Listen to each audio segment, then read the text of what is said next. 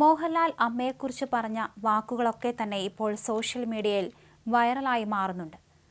അമ്മ സംസാരിക്കുമ്പോൾ ഇപ്പോൾ ക്ലാരിറ്റിയില്ല, പക്ഷെ നമുക്ക് മനസ്സിലാകും. പണ്ട് തിരുവനന്തപുരത്ത് ഷൂട്ട് ചെയ്യുമ്പോഴൊക്കെ അമ്മ വന്ന് നോക്കും. നീ എന്തിനാണ് ഇങ്ങനെ ഫൈറ്റ് ചെയ്യുന്നത് എന്നൊക്കെ ചോദിക്കും. വളരെ അപകടം പിടിച്ചതാണ് ഇതൊക്കെയെന്ന് അമ്മ പറയും. മോഹൻലാൽ പറയുന്നു.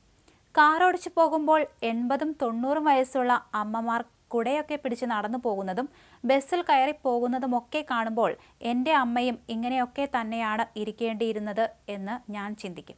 സംസാരിച്ചു കൊണ്ടിരിക്കുകയാണ് പെട്ടെന്ന് അമ്മയ്ക്ക് വയ്യാതാകുന്നത്. ഇടിമിന്നൽ പോലെയായിരുന്നു. മോഹൻലാൽ പറഞ്ഞു. എനിക്കൊരു ജലദോഷം വന്നാലോ പനി വന്നാലോ ആ സമയത്ത് അമ്മ വിളിക്കും. എന്തെങ്കിലും അപകടമുണ്ടായാൽ അമ്മയ്ക്ക് അറിയാൻ സാധിക്കും. അതൊരു ആത്മബന്ധമാണ്. അതുപോലെ അമ്മയ്ക്ക് എന്തെങ്കിലും സംഭവിച്ചാൽ ഞാനും അറിയും എന്ന് താരം അന്ന് പറഞ്ഞിരുന്നു. എളമക്കരയിലെ വസതിയിൽ വെച്ചായിരുന്നു മോഹൻലാലിൻ്റെ അമ്മയുടെ അന്ത്യം. മോഹൻലാലിൻ്റെ സിനിമാ ജീവിതത്തിലെ വലിയൊരു സ്വാധീനമായിരുന്നു ശാന്തകുമാരി. പല വേദികളിലും അദ്ദേഹം അത് തുറന്നു പറയുകയും ചെയ്തിട്ടുണ്ട്. അടുത്തിടെ തനിക്ക് ലഭിച്ച ദാദാസാഹേബ് ഫാൽക്കെ പുരസ്കാര നേട്ടം അമ്മയ്ക്കൊപ്പം പങ്കുവയ്ക്കാൻ സാധിച്ചത് വലിയ ഭാഗ്യമെന്ന് മോഹൻലാൽ പ്രതികരിച്ചിരുന്നു.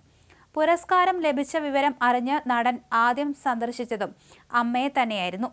തൻ്റെ ലോകം എത്ര വളർന്നിട്ടും പ്രശസ്തിയുടെ കൊടുമുടിയിൽ നിൽക്കുമ്പോഴും മോഹൻലാൽ എന്നും അമ്മയിലേക്ക് ഓടിയെത്തുന്നത് മലയാളികൾക്കും പരിചിതമായിരുന്നു.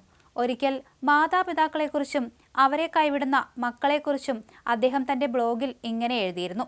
നമുക്ക് ജീവൻ പകർന്ന് ജീവിതത്തിൻ്റെ പച്ചപ്പുകളിലേക്ക് നടത്തിയ മാതാപിതാക്കളെ അവരുടെ തളർച്ചയുടെ കാലത്ത് തണലും താങ്ങും നൽകി സംരക്ഷിക്കുക എന്നത് മക്കളുടെ കടമ മാത്രമല്ല, മനുഷ്യത്വത്തിൻ്റെ ഉദാത്തതയാണ്.